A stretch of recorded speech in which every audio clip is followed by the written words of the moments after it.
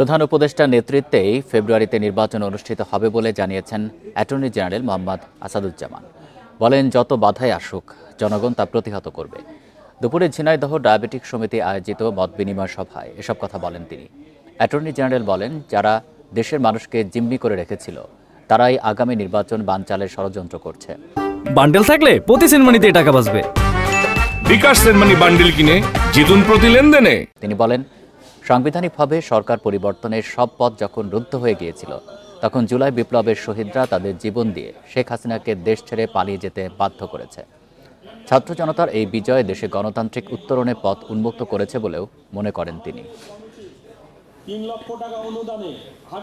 বাংলাদেশ গণতন্ত্র উত্তরণের যে পথ এগিয়ে যাচ্ছে, সেই পথ যত বাধায় আসুক না কেন, যত ব্যারিকেড আসুক, সেই পথে যত রকম কাটা ছিটানো হোক না কেন, সমস্ত বাধার প্রাচীর উত্তরে বাংলাদেশের মানুষ আগামী ফেব্রুয়ারিতে নির্বাচনের মাঠে ভোট দিতে যাবে।